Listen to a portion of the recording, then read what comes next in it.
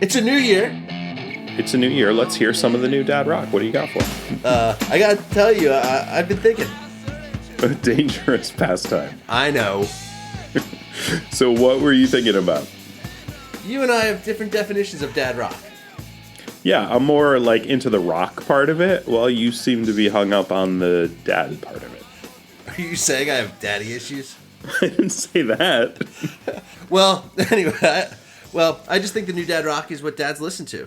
Yeah, and dads maybe don't really listen to rock as much as they used to, or at least as much as Rolling Stone magazine might want them to. Yeah, and actually I might go a little further and say I think it's what dads should be listening to, because if their kids are going to listen to it, they should probably check it out. So I'm like, maybe dad rock means all music to me at this point. Anyway, I was thinking maybe this week we should focus on the new part of dad rock. The new part. So I'm the rock, you're the dad. Now we'll do the new part. Interesting. The new part is the new music part of.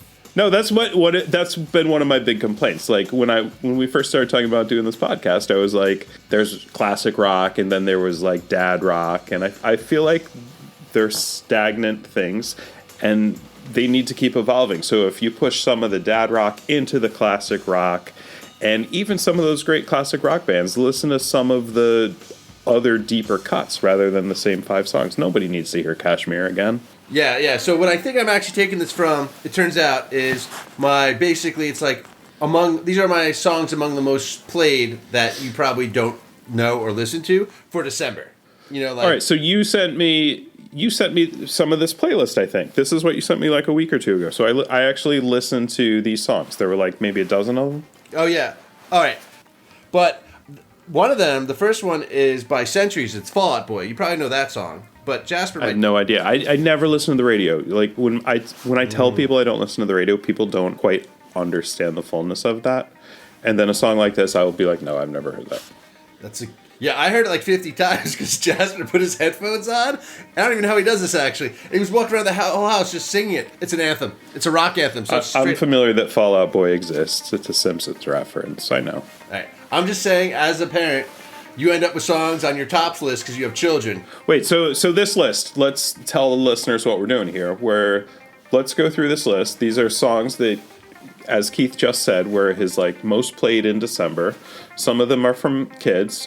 All of them relatively new, certainly newer than classic rock or dad rock. Yeah, new to me at least. Yep, for sure. This could be the new dad rock. So maybe it'll be like a yay or a nay, or. Oh, that's interesting. What are the songs? I totally forgot. It's been like a week or two. Sturgill Simpson, Make Art Not Friends. It's on this crazy album that is also a Netflix movie, but he's a country singer, I think, who did 2 albums before this one. This is a double album or an anime that's available on Netflix now. Then he just did a bluegrass album. But this particular song is way out there. I've been aware of him, I think, since like maybe the last 5 years, like 2016. He had an album, Sailor's Guide to the Stars. Anyway. How would you have come across him if you don't listen to the radio and it's country? Maybe it's not He's country. one of those guys that even though he is country, would have that indie cred, like Brooklyn Vegan would pick them up. Totally. I'm like sure he was on like Mr. Stephen Colbert or one of those late night shows, and you're like, oh, I know this name. Let me check out his song. Yeah. Well, this song was crazy. So I listened to it. The song is "Make Art Not Friends," and it was not what I was expecting at all. I think, if I recall correctly, it's sort of like instrumental for the first half, but it's more like a movie. In fact, check this out. The next day, I think it was this song, Milo was like, can we listen to the song that was like the triumphant part of the movie? And then he wanted to rap over it. And then he rapped this is my 7-year-old, rapped like a Zombies Are Killing Us song. Like 3-4 days later, I mentioned it to Jasper and Milo. I was like, oh, that cool song you did. I was about zombies. And then Jasper was like, is it about this Roblox game? And I was like, yeah, how this guy takes over this guy. It was very specific and cute. It was very dad. Also rock and not as country as I expected. Totally. It could have been like almost like a Barty Strange song, I think. I think that's why I liked it, yeah. Is it an outlier? Do most of his songs sound like does he have other songs? Like I know he did like a Nirvana cover on that album I talked about before, Sailor's Guide. He can actually, appears he can play lots of music. His last one was more traditional Americana bluegrass. So, right. But this song is an outlier there. I gotta listen to it more. I'm actually going to watch the movie at some point. Maybe I'll get Jasper to watch it with me. It's on Netflix, so. All right. Yeah, I know he was buddies with like John Prine, so even though he's in the country realm, he doesn't stick to that kind of trademark, beers and sunshine, that kind of stuff. Oh, what? That's the next song I had by Darius Rucker, who I think is Hootie. Is that Hootie? That's Hootie. That's awesome. His name was always Darius Rucker, but people referred to him as Hootie. Right. I mean, he called himself Hootie. What I liked about this song was just the lyrics. Beers and sunshine. I mean, do I have to say anything else? Like, that's what was awesome about it. But it was beers and sunshine, bonfires in summertime, back porch nights in South Carolina. It's a very happy and sunny song. And I just like how it was like the lyrics were sort of like perfect. And I think I actually tweeted it just because I was very excited when I first heard it. I thought it was like the silliest, happiest song, like Don't Worry, Be Happy type song. Well, this to me, in contrast with Sturgill Simpson, which I found interesting, even though I might not necessarily be into that genre of music. This to me was, I know he's been popular for the last 20 years, but this really did not do anything for me. It's more of an indictment on the genre. Like, this poppy right. Country, it does nothing for me. Maybe this would be the lame dad rock. I don't know. Yeah, it's like One Horse Town in a way to me. It's just like so simple. It's like a Beatles song off their first album or something. Like, it just sort of like, it's fun. All right, I sent you one more country song. I picked it because it was called One Beer, but the guy Hardy, with all capital letters, like, is he a Hardy boy? I don't think so, but I like all the iconography. Like, it's just his like face like silhouetted, but he has a cool shape, and like I like the whole attitude of the album. Like, they want to make him a star, or he is a star, or maybe it's just well put together, this whole package. But this song, this is a trick song. Yeah, it was called One Beer, so you'd hate it because it's country and it's about beer.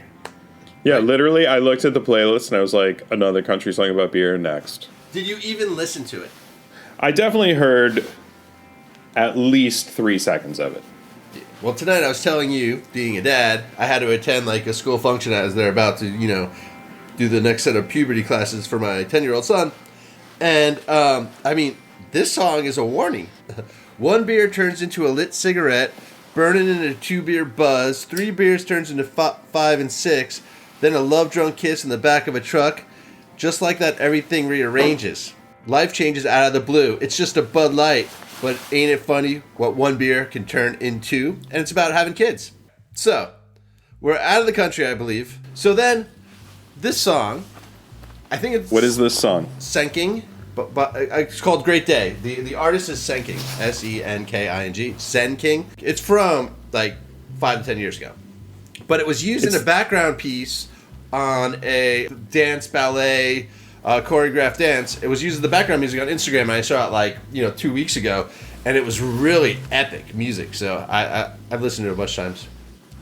Yeah, to me it sounded like 9 Inch Nails or, some of the soundtrack music or sound collages he's been doing with Atticus Finch lately. It sounds a little bit like Burial, that feeling of walking around an urban street at night, minimal soundscapes, dialogue samples. This sounds like something we could have talked about on one of the Eugene episodes. Yeah, because like a movie soundtrack. I would probably listen to more of this, but, that's more about... I guess that's more a question of my taste than actual whether it's new dad rock or what have you. Did you listen to anything else by this person? Because they put out... I did a little bit. Yeah, I did a little bit. They have a lot of stuff. They go back for like 20 years, right? Yeah. It's one dude. It's one guy, and it's his life's work. Okay, so I put another basically an instrumental or noise piece or something. It was called John Hopkins. It's by John Hopkins. It's called Dawn Chorus. That's Jon Hopkins, not the famous university that's been tracking COVID so diligently since the beginning days. Yeah, this is like John, like John Spencer and the Blues Explosion. John, Jon. John Cyberling. Yeah, shout out to all the Johns without an H in the world. I gotta tell you, I think part of the reason I like this, same with the music before, there's a certain absence of I guess the pop routine of verse chorus. There's the absence of lyrics, or words that are understandable. So I think I guess this is called minimal. Yeah, it's not based on a beat. It's based off on basically a drone. Mm-hmm. You're not playing to the beat. You're playing to the inner feeling. which explains The flow of 100% energy. why this is what I've been playing in quarantine in 2000. So, I mean, in 2020. It's like a sleepy soundtrack. It's very incidental. It's cool while you're listening to it, but it kind of like floats away. Like I can't think of it now, but while it was on, it's good in the background. It's not going to be like, you're not going to throw a party and be like, hey, check out this jam. This next one, I just thought I'd mess around with you. But there's this, I guess it's called Drugs, the name of the song, by Basti Grubb, features Julian Smith. And I was watching, one of the Dirty Bird live streams with Claude Von Stroke, and he was laughing as he played this song, telling a story about, like, this song is just great. Yeah, it's just funny and silly and sort of stupid, and you can't play it for your kids. Yeah, I think anyone over 30 is not, like, your brain isn't wired to enjoy this, I don't think. It's to me, it seems counter-ethical to the dad part of the new dad rock. This one's a no. Okay. Sorry, Basti Grubb and Julian Smith. If you had heard that before and you are now way older, you probably like it more, if that was a song that you were into then. I don't know. I feel like it's very polished. It's very produced. I would have liked a punk rock version of that. I would have rather heard it from, it's electronic music. Okay. Black Flag or Jello Biafra. I want to talk about Dogleg. You mentioned Dogleg before, a couple episodes ago, when we were wrapping up like the best of 2020, Dogleg. And I've actually seen them on a few lists, so good job picking them out. Woo! Yeah, I just liked it, actually. This song is Kawasaki Backflip that I gave you. That's like their quote-unquote hit. Yeah, so I gotta tell you, and I've mentioned this band before, Young Jesus, who I saw, sounds exactly the same to me, by the way, which also reminds me of this band Karate, which was out of Chicago, I think, in the early 90s. But, I don't know, how would you describe this kind of music? I would describe this kind of music as that kind of suburban punk rock that's been around since the 90s, since Karate, since No Age and Fucked Up and Japan Droids and Cloud Nothings. And, it's popish punk. A couple years ago, maybe it was the Lithics. It's got a 90s retro sound. I appreciate it. It's fun. Maybe it'll make more sense in 5 years, but to me, it doesn't really stand out, but it's definitely enjoyable, and it's a sound it's almost timeless. I actually listened to that, like, in the background, like I did with Young Jesus, like that minimal John Hopkins guy we were talking about. Like, I actually, strangely for me, this is actually very soothing music, even though it's angular and math rocky. If you went to the Gap and this was on, you wouldn't be surprised, though. And maybe every song is in the same beats per minute or something. There's something about that the whole album goes together really well. Like, you can get into a state, which is cool. All right. Have you ever heard of the band Chicano Batman? No, I've never heard of them. But this song was actually pretty fun. So Chicano Batman, polymetronomic harmony. It's like Tropicalia, some Latin, a little off-kilter, maybe, like, if you squint really hard, like early No Doubt. It's got a beat. You can dance to it. Maybe if Beck was still fun, it would sound like this. Are they from L.A.? Do you know? They are from L.A. Keep going. No, keep going. What else? Okay. Yeah, no. I don't know. If I was, like, a happy-go-lucky NPR listener, like, hey, guys, this is somebody I would like. So probably this is definitely dad rock. For sure. And NPR is how I found them. Whenever I get in the car. Are you serious? Yeah, whenever I get in the car, my wife leaves on NPR. That's funny. That's what I was saying. You're like an FBI profiler right now, man. That's amazing. It was like, there must have been an interview, or they're just concluding, or they did a little jam at the end of it. You know how they do it. And then I looked them up. They're from Southern LA. Southern LA. I'm sorry. Orange County. Actually, Southern California. I actually think they're from Eastern LA. Anyway, they're from LA for sure. I think a couple of them live close to each other. They've been a band for a while, and they're old like us, and they have a lot of albums out, and it all sounds like that. And I skimmed through 2 or 3 of their songs. Yeah, they all sound like that, and they're. I bet if you could, oh man, somebody should make a top 10 of their songs, like all hits. Call it Chicano Batman Loaded. Velvet Underground reference. 10 songs, 10 all killer tracks, no filler. I bet they would be that could break them. Yeah, no, actually, I like this idea a lot. Put it out on vinyl. For Record Store Day. Done. Chicano Batman, though, they're really cool in interviews, by the way, so check it out on YouTube or whatever. Like, they're like, you know what I imagine they sound like? Sort of the best random live band at a bar ever. Like, You go into a bar in a town that you're traveling through, and this band's What playing. are you talking? What is this going into a bar traveling that you speak of? Yeah, and that's why I like them, because I think it'd be really good live music. I don't really sit around and listen to them. Oh, so but the song I sent you, just so you know, was polymetric or polymetronomic harmony. I can't Yes, say it. very fun. Check it out. You'll enjoy it. All right. Even a curmudgeon like me. The next song, I don't know how to say the guy's first name, but his last name's Stevens. Sufjan Stevens. Sufjan Stevens, yeah. So, Yeah, he's kind of like indie rock royalty.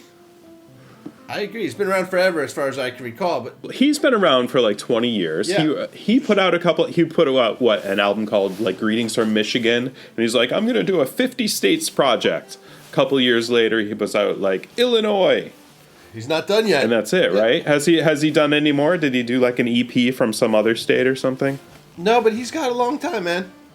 You know, he'll But figure he's a way put out out of it. all these albums. I expect all, like when you say 50 albums, 50 states, I expect all your albums to be all the states. I get it. I forget which album that I was really into, but one of his first couple albums I was Illinois really was into. good. Illinois was really good. Okay, maybe it was that one then. Like, there was one that was best of the year type of stuff level. Yeah, it was that one. Oh, yeah. But this Like 2003, 2004. And this song gave me the same feeling that did. It definitely reminded me of 2004. It kind of had that electronic sound, kind of glitchy a little bit.